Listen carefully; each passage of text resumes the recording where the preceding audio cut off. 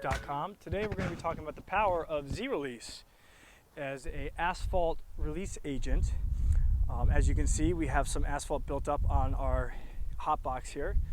So there are other ways of cleaning asphalt, such as using scrapers and using solvents such as diesel, which it works, but it really affects the paint. And ZRelease is a user-friendly product that has no harmful effects on you. So you just give it a couple sprays. You let it sit for a second. And then you use a little bit of elbow grease.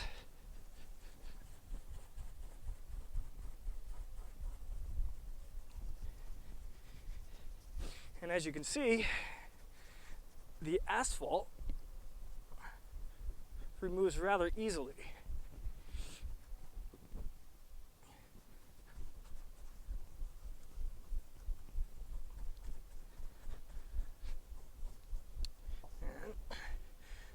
And not only does it clean the equipment, but it actually leaves a good shine behind on the paint and doesn't ruin the paint.